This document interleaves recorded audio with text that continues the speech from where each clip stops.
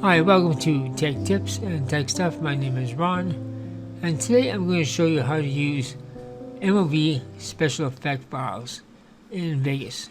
This will work with all versions of Vegas. Now, some of you're going to find this fairly easy, but there's lots of people just learning Vegas out for the first time, and they're going to need this help. It's actually, before you start, just like a video I made of how to turn this frozen computer off. Nobody thought no one would ever see it. Well, I get compliments on that because lots of people don't know you have to hold the power button down for 10 seconds.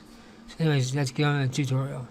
So here we have a clip of the Cowrie Tower I took last year. Let's make these. Let's add my jack. My lower third. This lower third was custom made for me. It's a clear on a transparent background. So let's play it and see what it looks like. Okay, now to make this visible, all you have to do is click on the effect. It has to be MOV.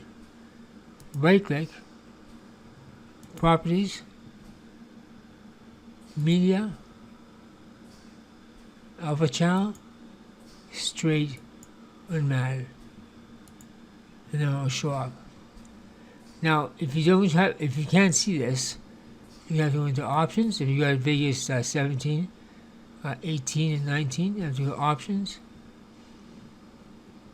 Preferences, Depreciated Features, and make sure Enable the QuickTime plugin is checked off.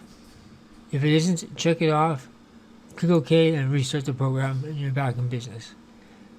So that's all I have to do to get the MOV file to work. Now, Production Crate is my favorite source for special effects, all kinds of like lower thirds, helicopters, planes flying through the air, clouds, scenery. It's real cool stuff.